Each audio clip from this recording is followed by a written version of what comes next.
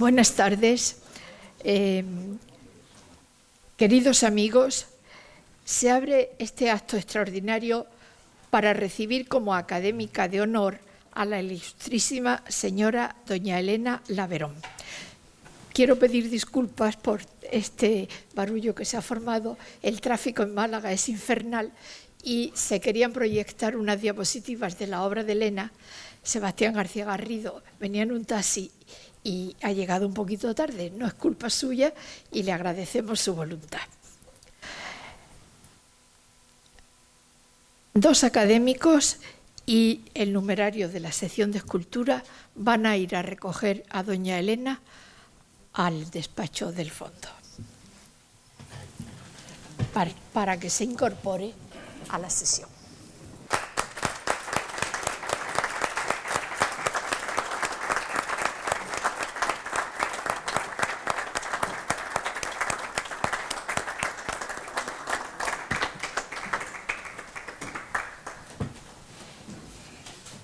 Acta del Pleno Ordinario de la Real Academia de Bellas Artes de San Telmo, celebrado el jueves 26 de junio del 2025.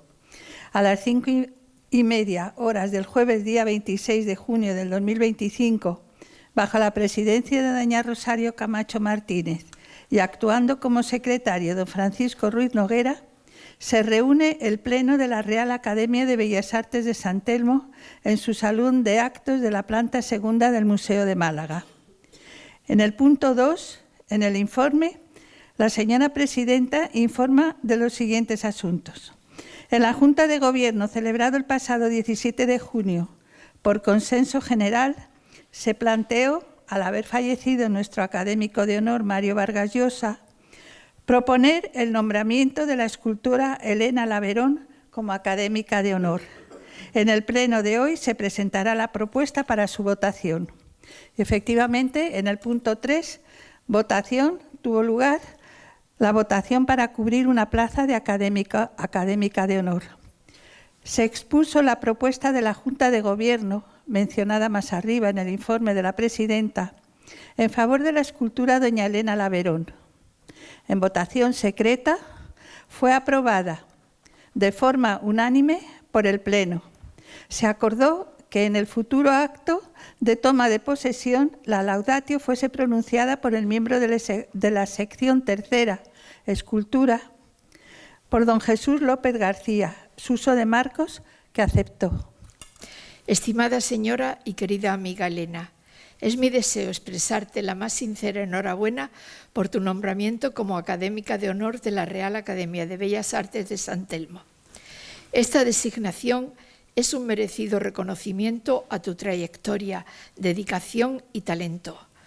Tu obra, presente en tantos espacios emblemáticos, forma parte también del patrimonio que distingue a nuestra ciudad. Me habría gustado acompañarte en el solemne acto de toma de posesión que tendrá lugar el próximo 3 de diciembre, pero me resulta imposible debido a compromisos previos e ineludibles. Aún así, deseo que sientas mi cercanía en un día tan señalado y mi agradecimiento por todo lo que has aportado a Málaga. Reiterándote mi felicitación, recibe un afectuoso saludo y un abrazo muy fuerte. Francisco de la Torre.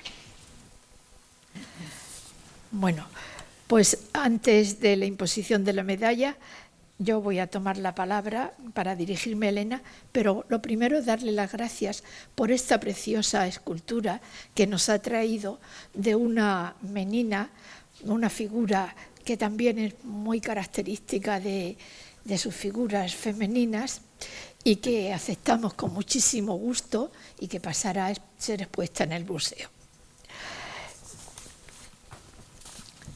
Querida Elena, para nuestra academia hoy es un gran día porque te incorporas al reducido y selecto círculo de los académicos de honor de San Telmo, como indican los estatutos, por tus relevantes méritos. El refrendo unánime del Pleno de la Academia, el 26 de junio último, viene a demostrar que somos conocedores de las excelencias que tenemos en nuestra ciudad, y una de esas excelencias eres tú, que desde junio pasado quedas más vinculada a esta casa. Hace unos años, en octubre de 2023, te entregamos la estrella de luz de San Telmo, con la que nuestra academia distingue la labor de personas y o entidades en pro de la cultura y las bellas artes. Pero ahora es más. Es lógico que el éxito alcanzado a lo largo de tu trayectoria plástica haya tenido su aprobación unánime en esta academia. Y es ese el motivo por el que nuestra corporación se honra en proclamarte académica de honor. Conocemos tu obra, con la que nos encontramos muchas veces en nuestro caminar por Málaga, un gran patrimonio. A ti te gusta que tus obras estén con la gente, a pie de calle, incluso las creas para que estén con nosotros. Y participamos de esa complicidad, reconociendo siempre tu valía excepcional. Estamos muy satisfechos de poder contar con tu persona, tu prestigio, tu maestría, tu hondura también, porque introduces algo en tus esculturas, un pálpito que descubrió nuestro gran Manolo Alcántara. Él nos indicó respecto a tus obras que procuras que no solo lata su corazón, aunque sea de piedra, sino también el nuestro. Fue en los años 80 cuando tuviste conmigo la deferencia de pedirme un texto para tu catálogo, petición que recibí con gran emoción, y desde entonces somos más amigas. Así, más de cerca, he visto crecer tu obra en gracia, en fuerza, en diversidad, en libertad, en perfección, en grandiosidad. Tu manejo del barro, la soltura que has ido enfrentándote a materiales resistentes y pesados, el empeño en seguir trabajando en momentos duros para ti, tu dedicación a la pintura cuando no podías enfrentarte a obras de gran formato y peso, es una prueba de tu voluntad de creación que admiramos. Elena, has recogido el testigo de académica de honor de un hombre que fue tu amigo y a quien admirabas, Mario Vargas Llosa, y otros lo recibirán de tus manos, porque como decía nuestro querido presidente Alfonso Canales, lo que carece del ingrediente de la tradición es siempre experimento efímero. Nuestra academia quisiera, cuando te sea posible, gozar de tu presencia, de tus conocimientos, de tu enseñanza. Esta es tu casa y aquí serás siempre muy bien recibida. Ahora, en esta tarde, te recibimos de hecho al imponerte la medalla que te acredita como académica de honor de la Real Academia de San Telmo, a la cual darás lustre y esplendor. Elena, sé bienvenida en esta Academia de San Telmo y recibe el aplauso de todos los académicos.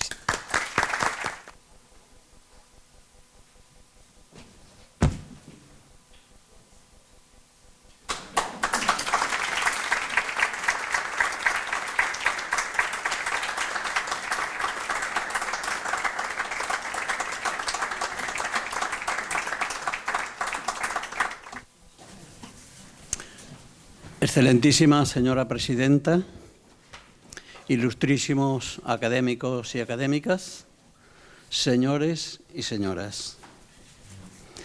Desde que en 1942 nuestra institución incorporara a Ángeles Rubio Argüelles, conocida como la Condesa de Berlanga de Duero, a su seno la nómina de numerarios ha ido aumentando, especialmente a partir de los años 80, hasta alcanzar en la actualidad un 21% del total de académicos y académicas. Y en 2011 toma posesión como académica de honor la baronesa Thyssen-Bornemisza. Ahora se honra de nuevo con el ingreso de otra mujer, Elena Álvarez Laverón, para formar parte de ese mismo selecto grupo de académicos de honor. Para pronunciar la laudatio correspondiente, como ya mencionó nuestra presidenta, los miembros de nuestra academia, entendiendo que lo adecuado debía de ser que esta labor la realizara uno de los componentes de la sección de escultura, depositaron en mí tal honor, al que trataré de corresponder desde mi limitada capacidad, con el compromiso corporativo que me liga a esta institución y el aprecio que siento por nuestra recipiendaria. Aunque Elena ejercita, como veremos, otros géneros artísticos, viene principalmente de esa modalidad que, si minoritaria en general, es menos frecuente aún que sea una mujer quien la practique. Porque sí, los y las analistas en materia artística, salvo raras excepciones, han venido concibiendo la práctica escultórica como algo más ligado a la fuerza bruta, más propia del varón, o al concepto artesanal, alejada un tanto de los preceptos intelectuales que se le atribuyen a otras disciplinas artísticas. Pensemos, sin ir más lejos, en aquella máxima de su definición peyorativa, cuando a la pregunta de ¿qué es la escultura?, la respuesta es: la escultura es aquel objeto que nos estorba cuando tratamos de ver una exposición de pintura. Pues bien, esta apreciación es cuando menos muy discutible, ya que sin omitir que efectivamente la ejecución de una determinada escultura puede exigir en determinados momentos una significativa dosis de aportación física, no es menos cierto que en una concepción creativa volumétrica se han de tener presentes muchos factores de carácter intelectual, entre otros, no solo las tradicionales 3 dimensiones, sino que, como en el caso de nuestra nueva componente académica, las proporciones y formas de las oquedades, que no de vacíos, pues con frecuencia estos en sus esculturas y en sus manos suelen estar tan poblados de contenido como el propio volumen. También hay que tener en cuenta el ritmo que deben presentar, las líneas, también el concepto del espacio habitacional de la obra, puntos de vista, elección del material, técnica a emplear, etcétera, etcétera. Se ha dicho y escrito que la escultura es deudora de la pintura y la arquitectura. Pues bien, hay aquí al menos 2 de los presentes que no estamos muy de acuerdo, Elena y yo. Ya que, reconociendo que ha habido periodos históricos en que ello pudo tener ciertas connotaciones, no es fácil ver esa premisa en los orígenes a través del artífice de la Venus de Willendorf. Y desde luego, a partir de principios del siglo pasado, que es lo que nos concierne en este momento, la escultura articula sus propias reglas y despliega tal capacidad de posibilidades y formas que es la arquitectura la que en ocasiones quiere convertirse en escultura, como ocurre en el Guggenheim de Bilbao.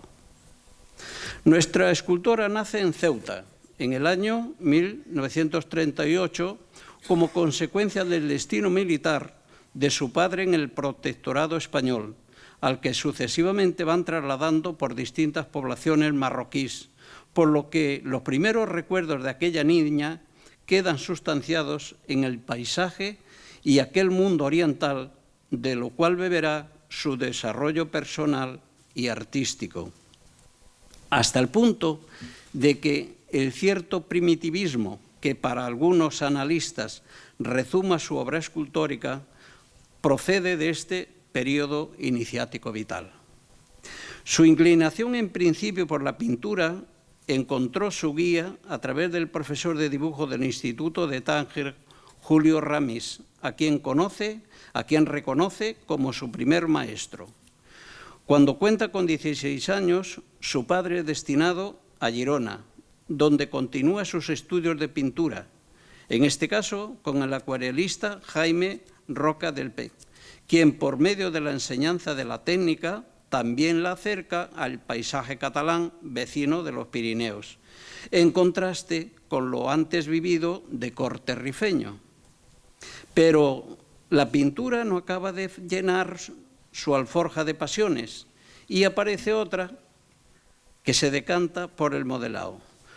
Sumida en esta idea, puede entrar como aprendiz en el taller del escultor Bequelén, donde irá adquiriendo una sólida formación, principalmente en la metodología del modelado y la técnica de la talla. en piedra. A partir de aquí, la escultura impregna sus sentidos, dedicándole su mayor atención, aunque sin dejar de vista nunca la pintura, como podemos comprobar en la actualidad. Transcurrido un año desde su llegada a Girona, su padre debe volver de nuevo a Ceuta, permitiéndole, no obstante, a su hija que pueda seguir su empeño artístico por tierras catalanas, matriculándose ahora en la Escuela Superior de Bellas Artes de San Jorge de Barcelona, en la que finaliza la carrera en el año 1959. Paralelamente, se encuentra produciendo obras con las que ese mismo año realiza en la ciudad condal su primera exposición individual.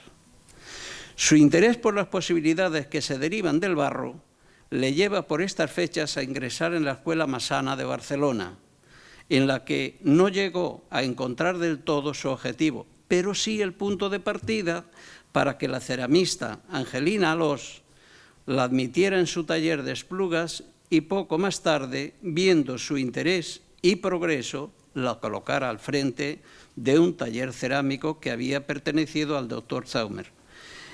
Esta disciplina artística no fue flor de un día en sus comienzos, sino que junto con la pintura acompañó su producción escultórica hasta nuestros días.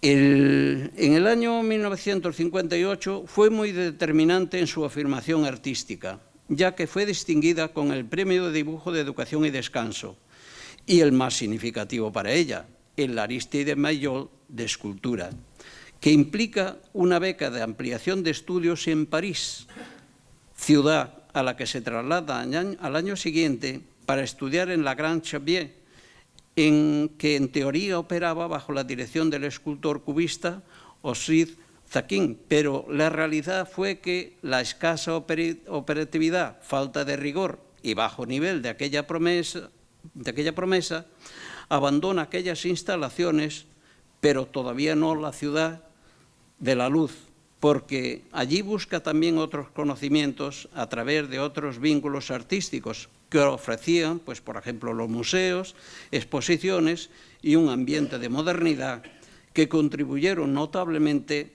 a forjar su personalidad. De entre todo ello, dos nombres van a quedar marcados para ella: Roual, por el sentimiento que imprimía, y Brescier, mediante su técnica.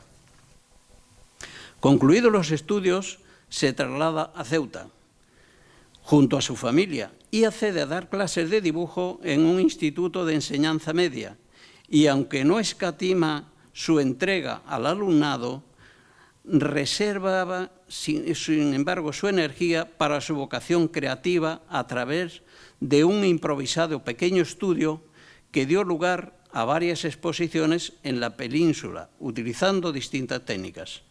Será con motivo de la concesión del primer premio de escultura en el primer certamen de artes plásticas celebrado en el año 1962 en Málaga, que se decanta abiertamente por la escultura.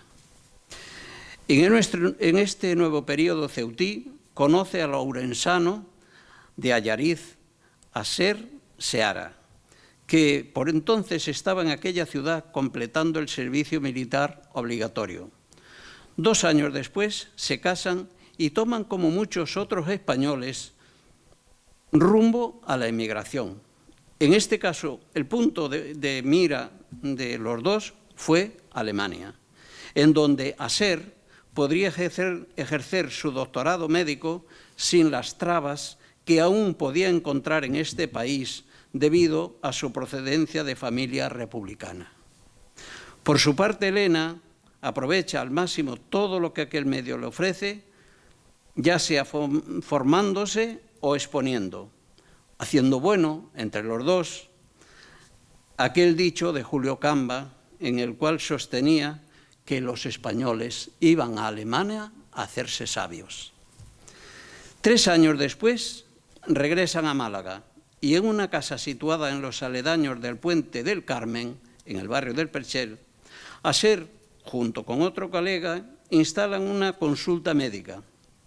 Ello daría pie al germen de lo que luego sería una de las primeras clínicas privadas de España, que todavía existe y a la que bautiza con el nombre onomástico de su esposa, Clínica Santa Elena, cuya fachada está presidida por la efigie de la santa, debida, como no podía ser de otro modo, a la creación de nuestra escultora. Una prueba del amor mutuo que mantuvo el matrimonio hasta la muerte de Aser, acaecida en marzo de 2022. Cerca de la clínica instalan su residencia, pensada especialmente para las necesidades de Elena. Una amplia parcela en la que además de la vivienda caben espacios para crear, para fundir en pequeño tamaño, experimentar con la cerámica, para almacenar y para exhibir no solo en el interior, sino también en el exterior, donde tan en sintonía con la naturaleza se encuentran sus esculturas.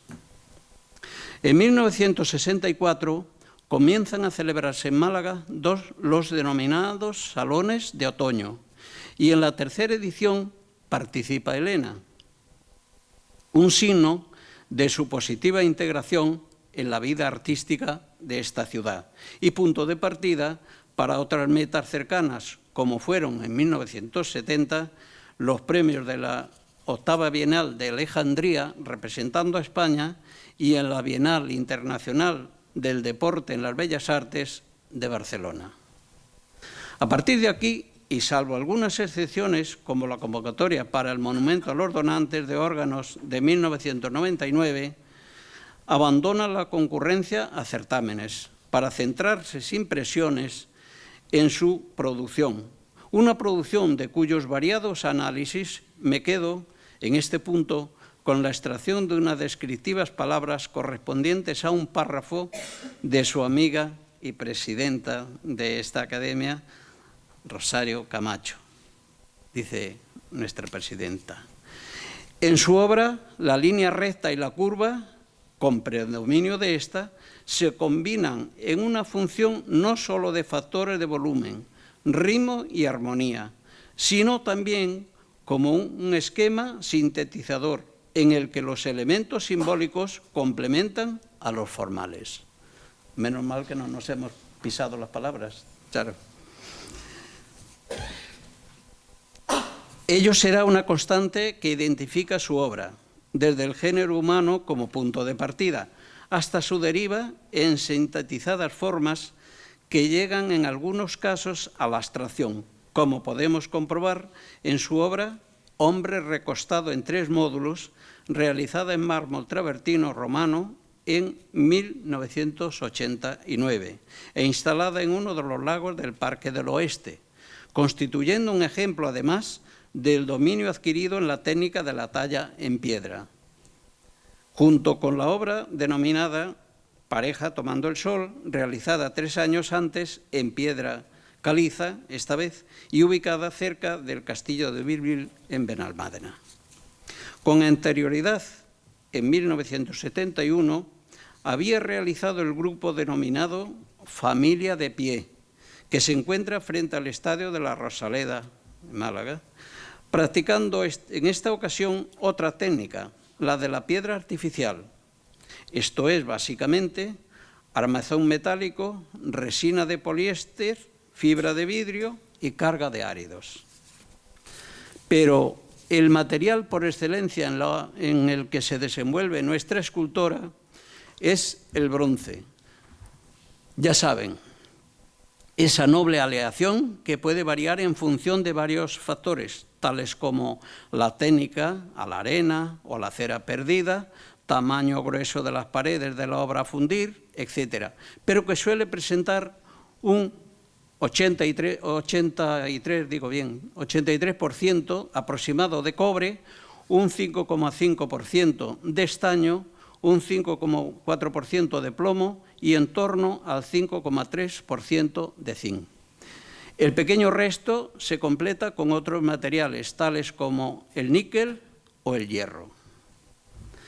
Se funde a una temperatura aproximada de 1000 grados y para verterlo y esto se vierte mediante un recipiente especial llamado crisol en la cámara formada por el molde, o sea, que se ha realizado sobre el modelado y el contramolde del interior de la pieza.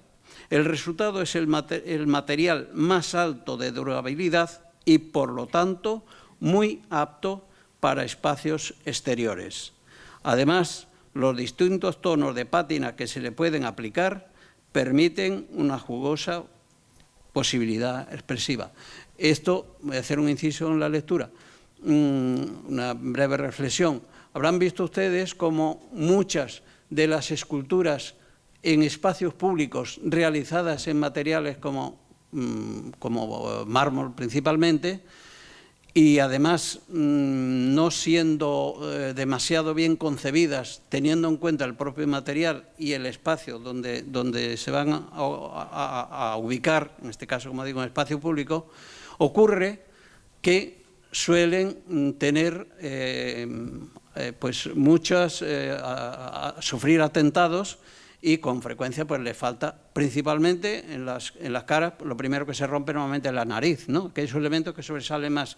Pero tenemos otro ejemplo muy cercano aquí, donde ya van, no sé si por la sexta reparación de la escultura de Arturo Reyes, ¿no? Con la famosa mano que cada 2 por 3 se rompe, ¿no? Esa mano probablemente no se hubiera roto nunca si, en lugar de estar suelta, estuviera de alguna forma unida al resto de la masa, y entonces se le daría una consistencia para que el golpe no quebrara esa masa. Eso no ocurre con el bronce, por eso lo he mencionado. El bronce en los espacios públicos aguanta muchísimo más. Tienen que dedicarse pues a golpearla concienzudamente para que esa obra ceda. Así que lo he mencionado porque efectivamente Elena en los exteriores utiliza ese material mucho más idóneo, y cuando ha utilizado, como he mencionado también, en este caso el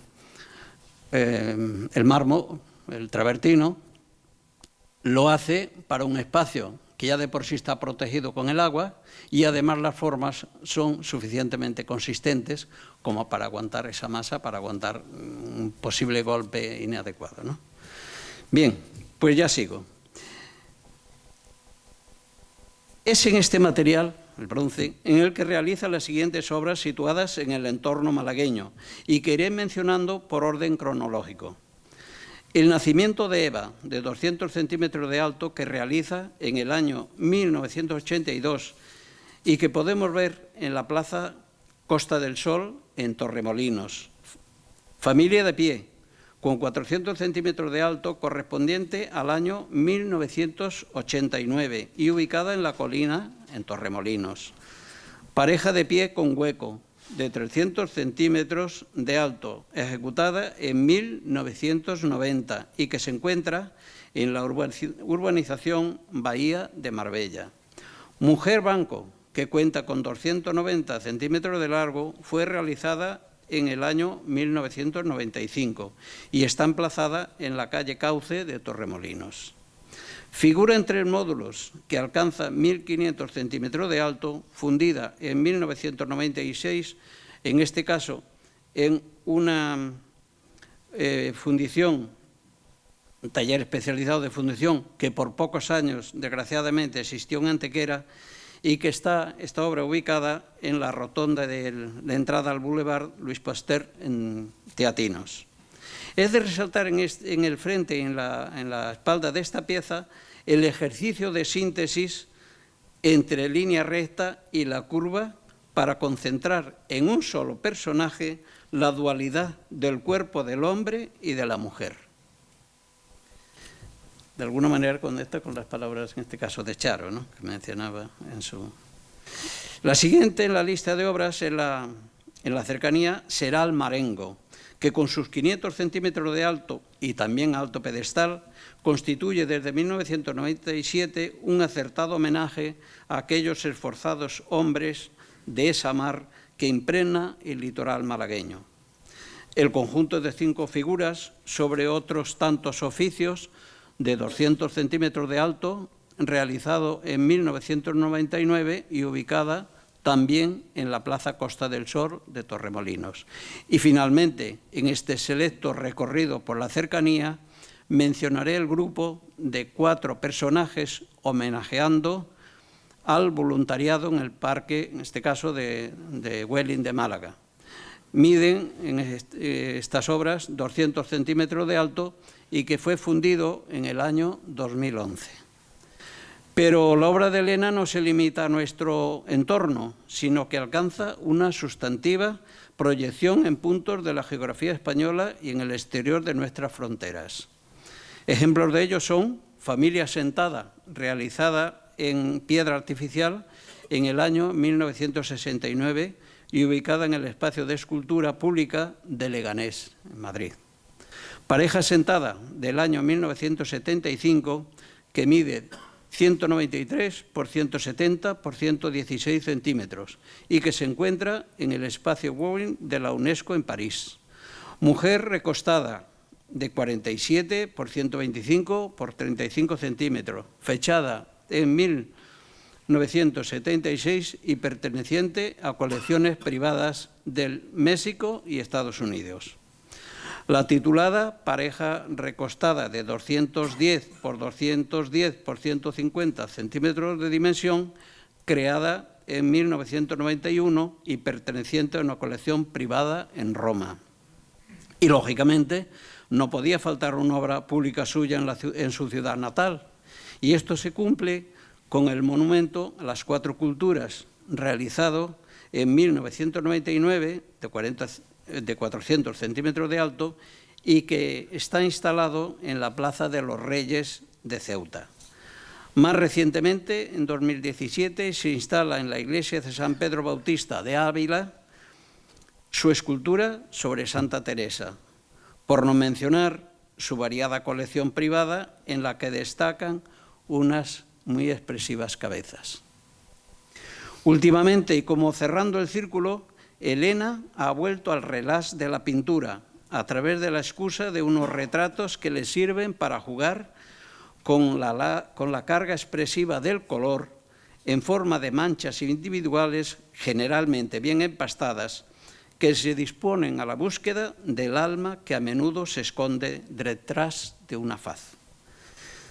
Ya ven, como detrás de esta mujer de tamaño comprimido, pero de firmes convicciones, una escrutable mirada y que mide muy bien no solo cada uno de los planos y líneas de sus esculturas, sino también cada una de sus palabras, ha habido, además de un gran hombre, una prolija y asombrosa producción artística que, si bien ya fue reconocida por esta academia, como se ha mencionado, con la estrella de San Telmo, hoy la incorpora de pleno derecho a su sección de académicos y académicas de honor, haciendo buena la cita que escribiera en uno de sus catálogos el que también perteneciera a esa misma sección y que ella precisamente viene a ocupar su plaza, Mario Vargas Llosa, dice en su cita: por una vez se ha hecho justicia.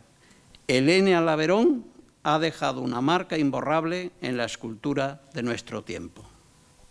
Una marca que efectivamente te acredita sobradamente para que esta fecha quede reflejada en el registro de nuestros anales como el feliz día del ingreso en esta Real Academia de Bellas Artes de San Telmo de una gran mujer y magnífica artista plástica.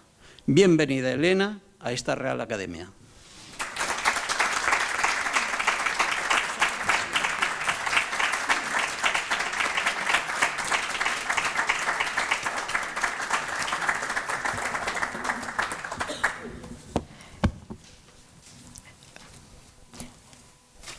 Bueno, muchas gracias, Suso.